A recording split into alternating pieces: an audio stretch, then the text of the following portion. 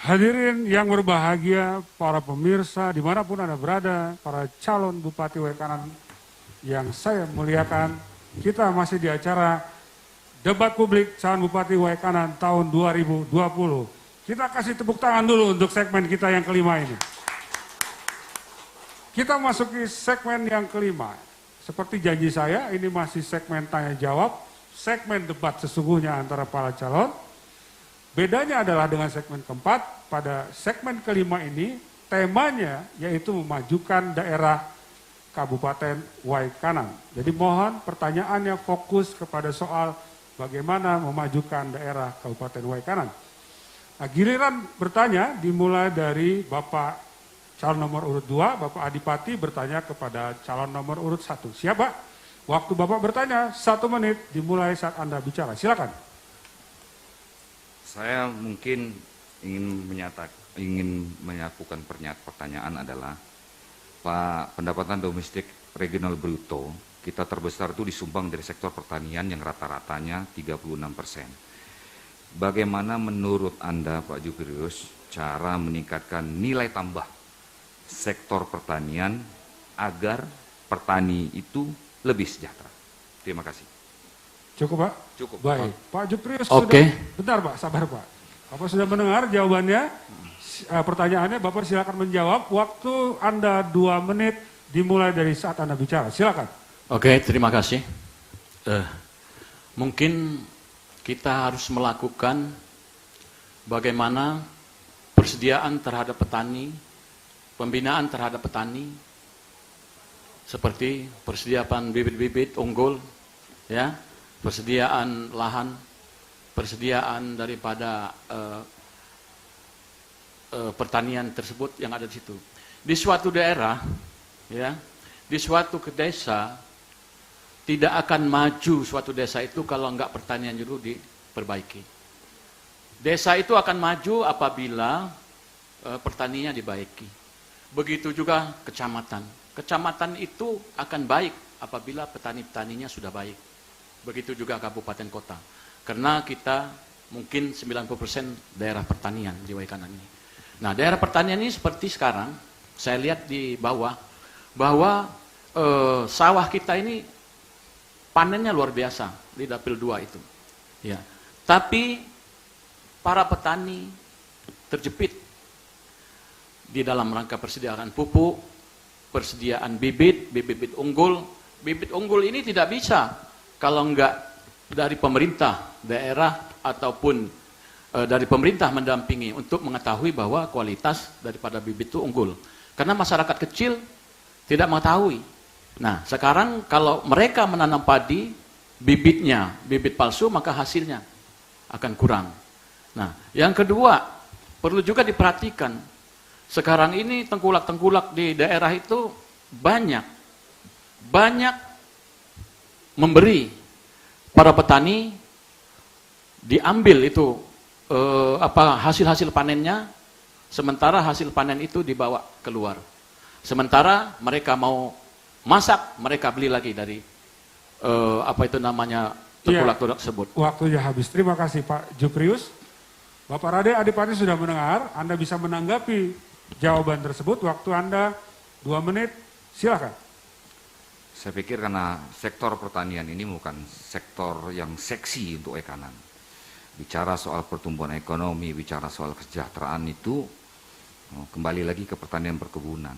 Karena masyarakat Waikanan ini sangat bergantung dengan pertanian dan perkebunan. Maka mungkin ada beberapa langkah yang bisa kita lakukan. Yang pertama tentu meningkatkan produktivitas hasil-hasil pertanian dengan memberikan pendampingan penyuluhan pertanian. Sekali lagi kita berikan penyuluhan pertanian ini untuk bisa terus mendampingi masyarakat, para petani yang hari ini mungkin sumber daya manusianya juga sangat terbatas. Sehingga dengan ada penyuluhan pertanian mungkin dia akan lebih hasilnya akan lebih baik lagi karena cara bekerja yang efisien dan efektif. Kemudian memfasilitasi sarana dan prasarana produksi pertanian. Sarana prasarana ini perlu saya pikir karena teknologi ini nggak bisa kita pungkiri. Kalau orang dulu menanam padi itu dengan cara manual, hari ini sudah menanam padi dengan cara mesin. Nah, kita sekarang memberikan bantuan alat pertanian nggak seperti zaman dulu, zaman sebelum saya. Kalau zaman sekarang saya buatkan UPJA, unit pelaksana jasa Alsinta. Jadi itu ditaruh di satu tempat, bantuan misalnya di Kecamatan Berdatu ini ada satu UPJA. Seluruh bantuan alat pertanian itu diberikan ke UPJA, UPJA nanti akan meminjamkan kepada para petani. Karena apa? Kadang-kadang alat pertanian yang selama ini dibagikan itu tidak terlalu bermanfaat. Kenapa? Tidak terawat, tidak bermanfaat, kadang-kadang diperjualbelikan. Itu sarana-prasarana. Kemudian yang ketiga yaitu memberikan keterampilan kepada petani dari pengolahan hasil pertanian dari bahan mentah barang setengah jadi menjadi barang jadi.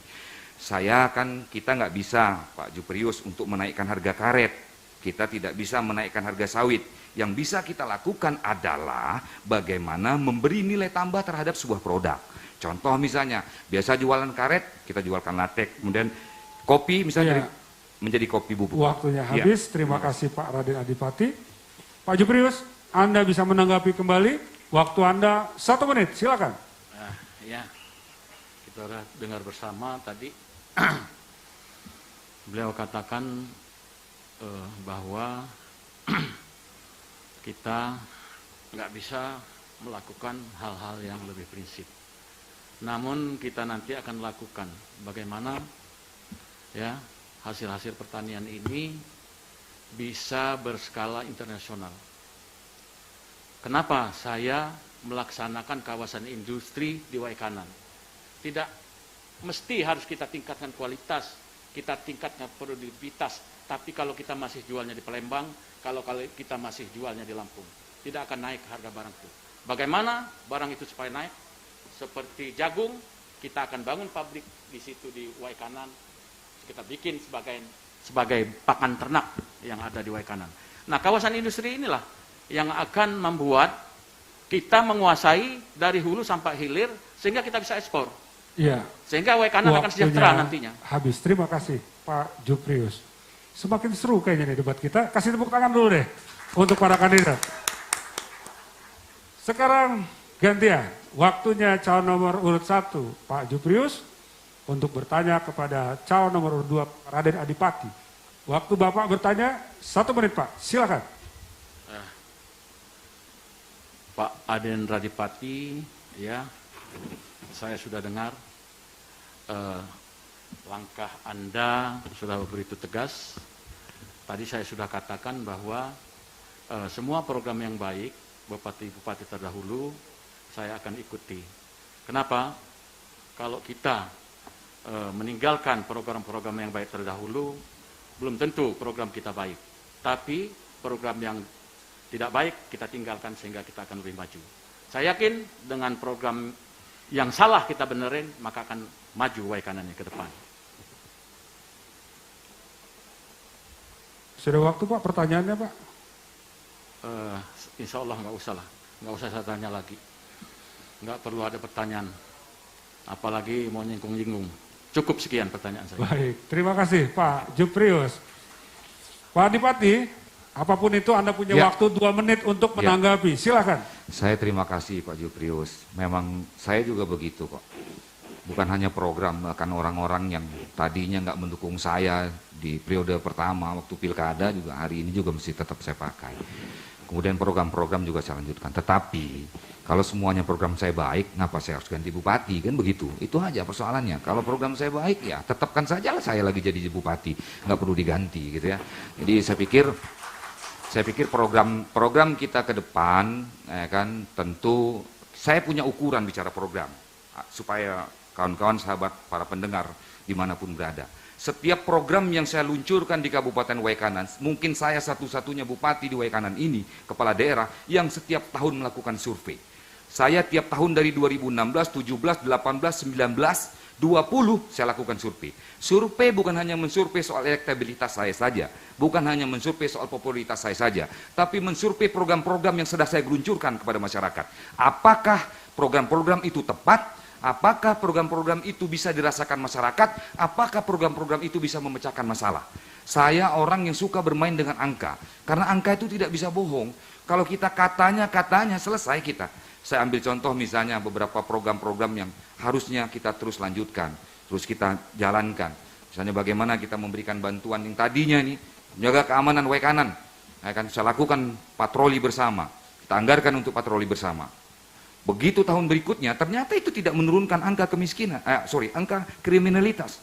Kita rubah dengan cara apa? Memberikan insentif kepada Babinsa dan Bank Kapitalis. Dan ternyata angka kriminalitas itu turun. Nah, saya melakukan program itu dengan studi yang matang. Jadi bukan suka saya bangun tidur terus saya ingat program bagus, terus saya buat. Panggil sekda, panggil ini, buat program ini. Oh, tidak seperti itu. Jadi berdasarkan betul-betul data yang real yang bisa kita lakukan. Terima kasih. Baik, terima kasih Pak Adipati. Sebelum ditanggapi lagi oleh Pak Juprius, saya ingatkan para pendukung, mohon Anda tidak bertepuk tangan sebelum saya persilahkan. Kita sudah sepakat tadi di tata tertib.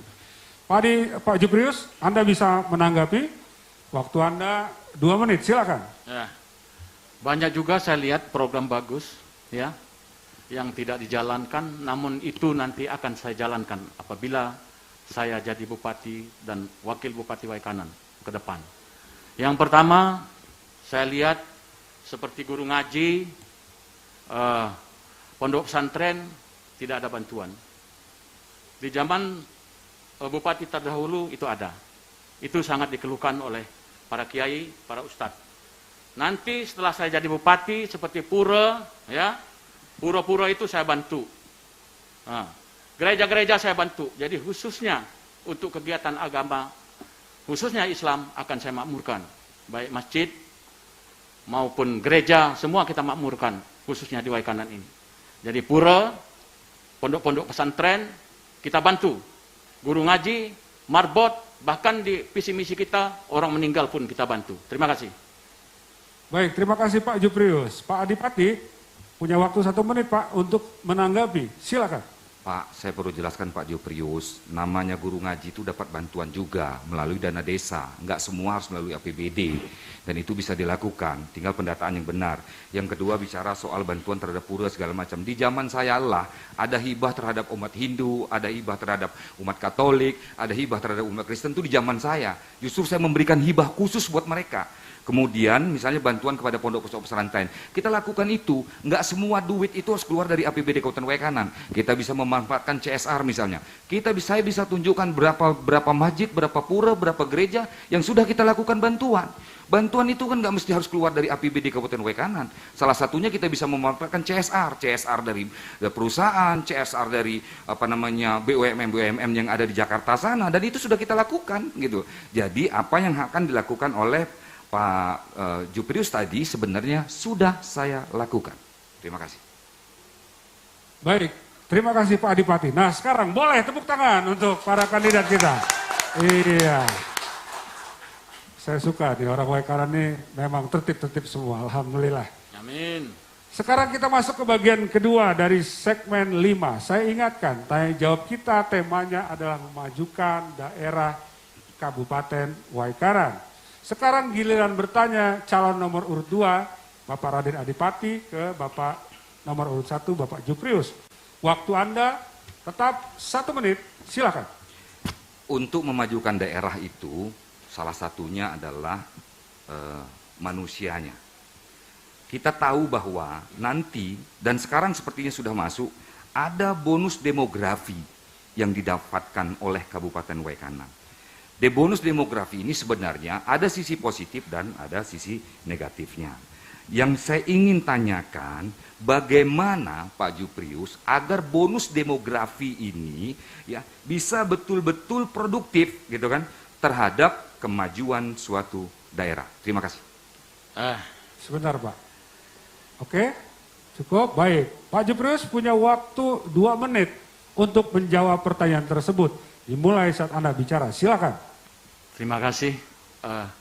Nanti saya akan menyiapkan seperti pengusaha online untuk mengcover daerah-daerah tersebut.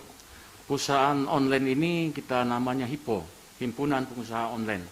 Nanti di suatu daerah punya kopi misalnya 10 kilo, dia tinggal pencet, nanti ada juga teman yang dari Dengu Besar bisa beli.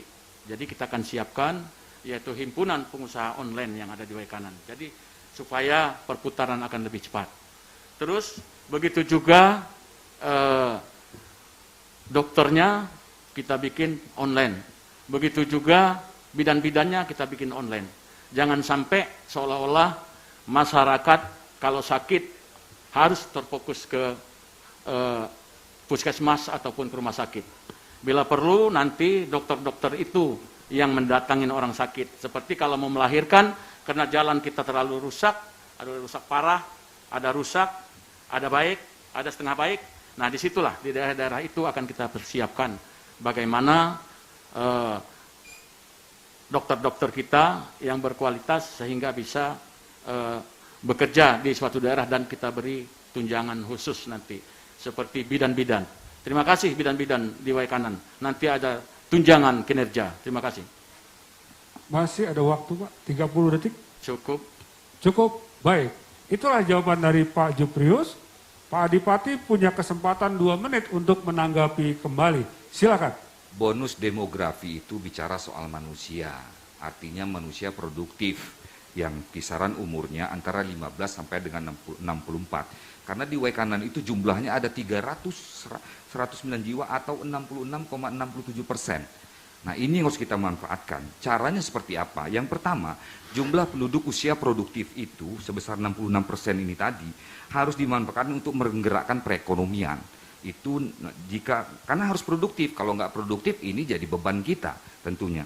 Yang kedua, untuk Kabupaten Waikanan usia produktif ini diupayakan seluruhnya bisa masuk pada lapangan usaha pertanian yang saat ini memiliki lahan yang cukup luas karena mampu menyerap lapangan kerja. Jangan sampai usia produktif ini tidak terserap oleh tenaga lapangan pekerjaan yang ada di Kabupaten Waikanan. Nah ini PR yang memang cukup besar. Kemudian yang ketiga, selain itu perlu didorong pengembangan usaha mikro kecil, olahan berbasis potensi lokal. Ya, agar hal ini terwujud akan melakukan pendampingan tenaga penyuluh seperti yang saya sebutkan tadi, perkebunan, peternakan, perikanan, tenaga pendamping industri. Selain itu akan dilakukan fasilitas baik permodalan agar usaha mikro petani ini berjalan. Jadi ini manusia mau diapakan usia produktif ini?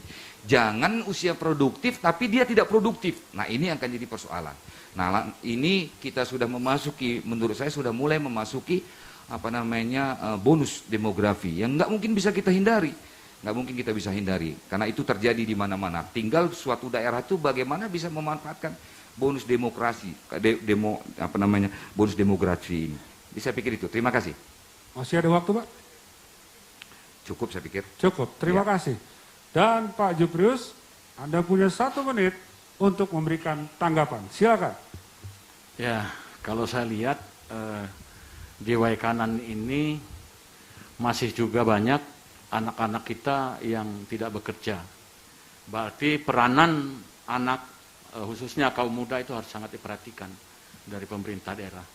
Ya harus kita perhatikan peranan anak muda, karena anak-anak muda inilah yang akan mengganti. Salah satu contoh sekarang anak muda kita punya lahan lebih kurang 20 kali 20, ya. Terus lulusan SMA dia merantau ke Jakarta. Ke Jakarta merantau seolah-olah dia punya harapan. Dengan adanya pandemi COVID ini, dia terlantar di Jakarta. Mau pulang ke kampung, tanahnya sudah dijual, dia tidak berhasil mengharapkan kehidupan yang lebih layak di kota. Nah, ini perlu bantuan dan perlu diperhatikan oleh pemerintah. Terima kasih. Iya, terima kasih Pak Juprius. Boleh kita kasih tepuk tangan untuk para kandidat bupati kita. Kita akan memasuki bagian paling terakhir dari tanya jawab pada segmen ke-5 ini. Dan giliran bertanya adalah milik calon nomor urut 1, Bapak Juprius. Waktu Anda bertanya 1 menit, silakan. Pak Raden Adipati, saya akan bertanya kepada Anda, janji-janji Anda yang sudah terpenuhi apa saja dan yang belum terjawab apa saja. Mungkin itu saja pertanyaan saya. Ya, cukup Bapak. Ya. Baik, terima kasih. Pak Adipati, pertanyaan singkat, Anda sudah mendengar. Anda punya waktu 2 menit untuk menjawab, silahkan. Terima kasih sudah mengingatkan janji-janji saya. Pertama, infrastruktur.